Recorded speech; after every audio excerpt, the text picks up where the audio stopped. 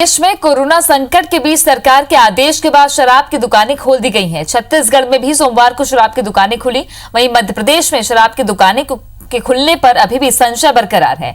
यहां भी सरकार ने शराब की दुकानों को खोलने का आदेश तो दे दिया, लेकिन आबकारी ठेकेदार अपनी मांगों को लेकर जिद पर अड़े हैं और दुकानों को खोलने से मना कर रहे हैं। प्रदेश के आबकारी ठेकेदार एक्साइज ड्यूटी में छूट की मांग कर रहे हैं, जिसे लेकर सोमवार को आबकारी विभाग प्रमुख सचिव और ठेकेदारों के बीच बैठक हुई, लेकिन बैठक में बातचीत नहीं बनी और ठेकेदारों ने दुकान खोलने से मना कर दिया।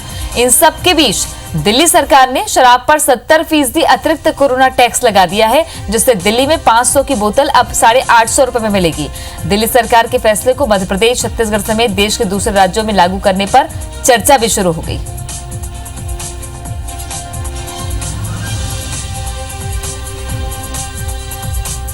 चलिए मध्य प्रदेश और छत्तीसगढ़ का हाल बता देते हैं। शराब दुकानों को लेकर क्या रणनीति है और आज क्या तस्वीर देखने को मिल सकती है। रायपुर से हमारे सहयोगी स्टार जैन जुड़ गए हैं और भोपाल से आकांक्षा। सबसे पहले रायपुर ले चलते हैं। स्टार, कल की जो तस्वीरें हमने देखी थी उससे इतर आज की क्या कोई तस्वीर है? क्योंकि कल जो सोशल डिस्टेंसिंग का शुरुआत में पालन करवाया गया शुरू बाद में फिर वही भेड़चाल देखने को मिली थी।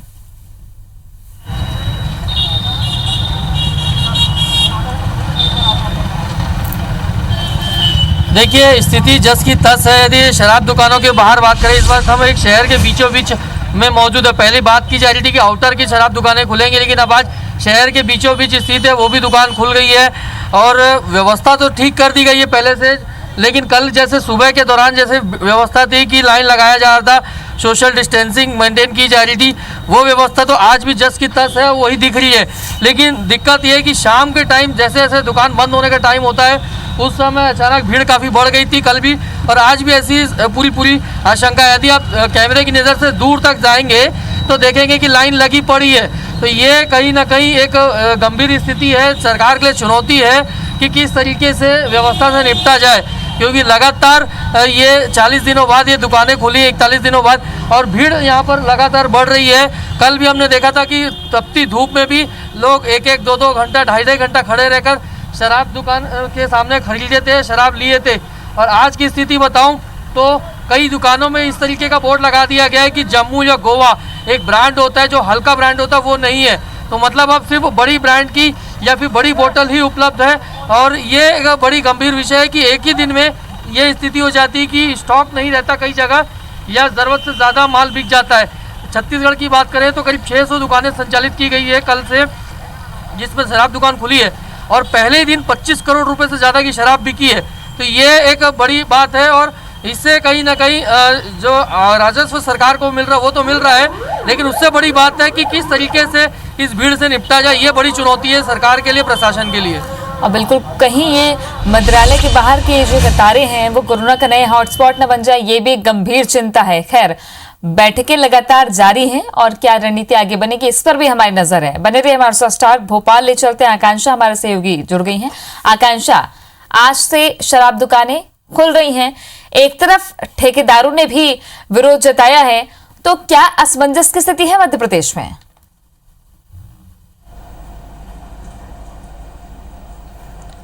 बिल्कुल, देखिए तृप्ति, मध्य प्रदेश की बात करें तो चूंकि अगर हम पूरे देश का हाल देख ही रहे हैं, पूरे देश में शराब की दुकानें खुल चुकी हैं और रेड जोन में बेशक ना खुली हो, लेकिन जो ग्रीन जोन है या फिर ऑरेंज जोन है वहां पे शराब की दुकानें खुल गई हैं। वहीं मध्य प्रदेश में फैसला कल हुआ कि मध्य प्रदेश में भी शराब की दुकानें खोली जाएंगी ग्रीन और ऑरेंज जोन में। रेड जोन में 9 जिले आते हैं, जिन 9 जिलों में से 3 जिले खासकर भोपाल, इंदौर और उज्जैन के ना तो शहरी क्षेत्रों में शराब की दुकानें खुलेंगी और ना ही ग्रामीण क्षेत्रों में खुलेंगी। लेकिन इसके इतर जो बाकी के रेड जोन के 6 जिले हैं, उन 6 जिलों में शहरी क्षेत्रों को छोड़ के और कंटेनमेंट क्षेत्रों को छोड़ के जो ग्रामीण क्षेत्र है वहां पर शराब की दुकानें खुलेंगी। इसको लेकर 11 बजे मीटिंग होनी थी ठेकेदारों की अधिकारियों के साथ, लेकिन इससे पहले इस पर फैसला आ गया कि इस तरीके से शराब की दुकानें खुली जाएंगी। लेकिन अगर हम ठेकेदारों की बात करें तो ठेकेदारों का साफ कहना है कि हम नहीं चाहते कि पूरे मध्य प्रदेश में शराब की दुकानें खुले।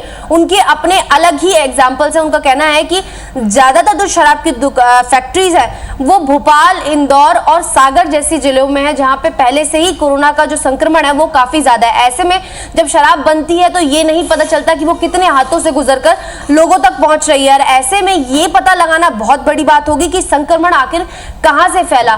तो जन जागरूकता के हिसाब से देखें तो शराब की दुकानें नहीं खोलनी चाहिए और इसी को लेकर ठेकेदार अड़े हुए। ठेकेदारों को कहना है कि जब 11 बजे अधिकारी के साथ मीटिंग थी तो उससे पहले फैसला जब दे ही दिया था, फिर मीटिंग करने का फायदा ही क्या रहा, आखिर हमें क्यों बुलाया गया जब सरकार को अपनी ही बात रखनी थी। देखिए, बेशक ठेकेदार ये बात कह रहे हैं कि हम शराब की दुकानें पूरे मध्य प्रदेश में नहीं खोलेंगे, लेकिन इसमें एक समझने वाली बात यह है कि आबकारी नीति के तहत ठेकेदार ये डिसाइड नहीं करता है कि उसे शराब की दुकान कब खोलनी है और कब बंद करनी है। ये आबकारी विभाग और सरकार तय करेगी कि आखिर किस समय से किस समय तक शराब की दुकानें शहर में या प्रदेश में खुलेंगी और आज खुलेंगी या नहीं खुलेंगी, ये भी सरकार और आबकारी विभाग तय करता है। तो बेशक ठेकेदार मना कर रहे हैं, लेकिन उनको टर्म्स और कंडीशन के तहत शराब की दुकानें खोलनी पड़ेंगी। वहीं ठेकेदारों का भी कहना साफ है कि हमने बहुत सारे पत्राचार सरकार के साथ भी किए हैं, अपनी बात अधिकारियों तक पहुंचाई, आबकारी विभाग तक हम लगातार संपर्क में हैं, उनसे अपनी बात करने की कोशिश कर रहे हैं और ये बताने की कोशिश कर रहे हैं कि इस समय में खोलना ठीक रही है, लेकिन कोई भी हमारी बात नहीं सुन रहा है। ऐसे में हमारे पास लास्ट ऑप्शन बचता है कोर्ट का। अगर सरकार हमारी बात नहीं सुनती है तो हम हाई कोर्ट की शरण लेंगे। लेकिन इसी के पीछे अगर हम बात करें तो देखिए लगातार अपडेट लूंगी आपसे। आकांक्षा, आपको रोकना चाह रही हूँ। दीपक विजयवर्गीय बीजेपी प्रवक्ता जुड़ गया है हमारे साथ। स्वागत है आपका दीपक जी। धन्यवाद जी। मध्य प्रदेश में शराब दुकानें खोलने का फैसला तो सरकार ने लिया है, लेकिन अगर दिल्ली पर नजर डालें तो 70% महंगी कर दी गई है शराब। क्या मध्य प्रदेश में भी ऐसा निर्णय लिया जाना चाहिए या सरकार इस दिशा में सोच रही है? देखिए, ये सरकार के स्तर पर पूरी तरह फैसला होता है, क्योंकि ये कोई जनहित से जुड़ा हुआ या मूलभूत सुविधाओं का मामला नहीं है जिसके ऊपर राजनीतिक दल विचार करें और उस पर अपनी टिप्पणियां करें। सरकार से जुड़ा हुआ विषय है और सरकार इस संबंध में फैसला कर दिया। राजनीतिक दलों से जुड़ा विषय आप भले ना कह रहे हो, लेकिन जो तस्वीरें अलग अलग जगहों से सामने आ रही है उससे ये तो समझ में आ रहा है, जो सामाजिक पहलू से भी है कि इतनी भीड़ लोगों की शराब खरीदने के लिए सोशल डिस्टेंसिंग का पालन नहीं हो रहा है और मध्य प्रदेश में जहां कोरोना के केसेस बढ़ते जा रहे हैं, ऐसे में सोचना तो हर किसी को होगा सामाजिक पहलू के नजरिए से, ताकि भीड़ कम की जाए। नहीं, निश्चित तौर पर सरकार उस संबंध में कि सोशल डिस्टेंसिंग या जो शारीरिक दूरी का जो मापदंड है उसको कैसे तरह अनुपालन कराया जाए जिससे कोरोना किसी तरह से फैले नहीं, उसको सरकार पूरा कराएगी। लेकिन जहां तक आबकारी विभाग के द्वारा टैक्सेशन की बात है तो पूरी तरह सरकार का फैसला होता है। सरकार क्या स्थितियां हैं उस क्षेत्र में वो सरकार डिसाइड करती है। राजनीतिक दलों को, क्योंकि जनहित का मामला नहीं है, मनुष्यों की मूलभूत आवश्यकताओं का मामला नहीं है और इसीलिए हम नहीं समझते कि इसमें कोई टिप्पणी की जरूरत है। ठीक, रवि सक्सेना कांग्रेस प्रवक्ता भी हमारे साथ जुड़ गए हैं। स्वागत है आपका रवि जी। जी धन्यवाद, थैंक यू। दिल्ली में शराब 70% बढ़ा दी गई है, उसकी जो रेट है बढ़ा दिया गया है। ऐसे में मध्य प्रदेश में भी क्या इसकी जरूरत महसूस की जा रही है? मैं तो कहूंगा सबसे पहली बात तो यह है कि ऐसे समय में जबकि पूरा देश कोरोना की महामारी से जूझ रहा है, लोग घरों में बंद हैं, सोशल डिस्टेंसिंग का हमको पालन करने के लिए स्वास्थ्य मंत्रालय द्वारा जो है हिदायतें जारी कर रहे हैं, लोग आज 40 दिन से अपने घरों के अंदर बंद हैं। ऐसी कौन सी आवश्यकता पड़ गई कि आज मोदी सरकार को शराब पर से बंदी उठाना पड़ गई? 40 दिन तक लोगों ने अगर शराब नहीं पी तो कोई मर तो नहीं गया ना। आज आप शराब का धंधा चालू कर रहे हो, कल दूसरे और काम चालू कर दो। तो ये इस तरह के काम करके क्या आप कोरोना महामारी को और बढ़ावा देना चाहते हैं? और अब उस पे तो ये देखिए कि करेला और नून चढ़ा, अब आप उस पे 70% टैक्स और लेंगे। मतलब सरकार है कि ये क्या है, कोई बजूका है? ये किस तरह से लोगों को मारने का षड्यंत्र कर रहे हैं? शराब की दुकानें खोलकर ऐसा कौन सा रेवेन्यू है जो कि मोदी जी इकट्ठा करना चाहते हैं? पीएम केयर फंड में आज तक जो है 30,000 करोड़ रुपया आ चुका है। सारे सरकारी महकमों ने उसमें पैसा किया है, कंट्रीब्यूट किया है, जनता ने कंट्रीब्यूट किया है। वो पैसा तो कोरोना की महामारी से जूझ रहे लोगों पर आप खर्च नहीं कर रहे हैं। रवि जी, ये न सिर्फ मध्य प्रदेश या कहीं की बात है, छत्तीसगढ़ में देखिए कांग्रेस की सरकार है, लेकिन मैं किसी भी सरकार की बात नहीं कर रहा हूँ, चाहे छत्तीसगढ़ हो, चाहे मध्य प्रदेश हो, चाहे राजस्थान हो। मैं केंद्र सरकार के फैसले के अंतर्गत ये सब लोगों ने शराब की दुकानें चालू की है। तो ये राज्यों की मेरा ये कहना है कि मोदी सरकार को को कैसे ये शराब की फैसला दुकानें लेने खोलें की और किस जरूरत तरीके का थी ही पालन क्यों? करवाए? राज्यों के भी तो अधिकार क्षेत्र में बहुत सारी चीजें होती है। जी, और मेरे हिसाब से दीपक विजयवर्गीय जी भी इस बात से इत्तेफाक रखते हैं कि मूलभूत आवश्यकता तो नहीं है। दीपक जी, क्या इस वक्त शराब की दुकानें खोलना बहुत जरूरी था? नहीं, देखिए ऐसा है कि किन किन क्षेत्रों को खोला जाए, इस संबंध में प्रदेश के मुख्यमंत्रियों से बातचीत हुई थी।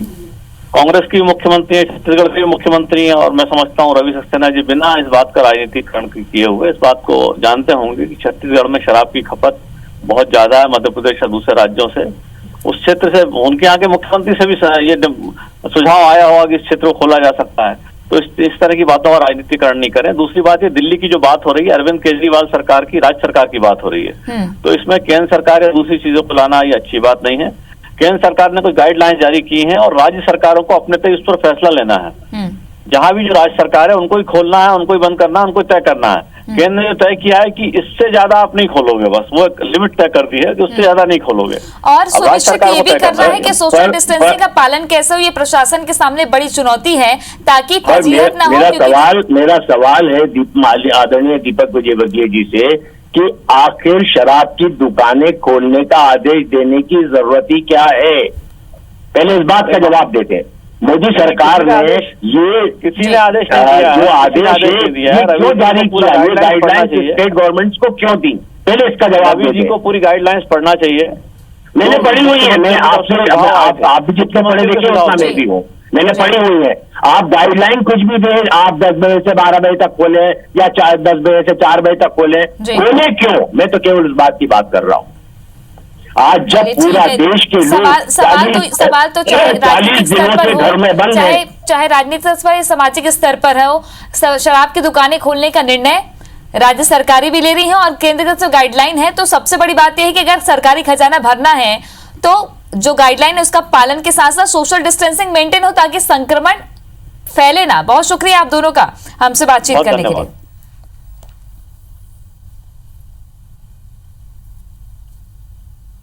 और हमारे साथ हमारे दोनों संवाददाता जुड़े थे, स्टार और आकांक्षा। आपका भी बहुत शुक्रिया हमसे बातचीत के लिए।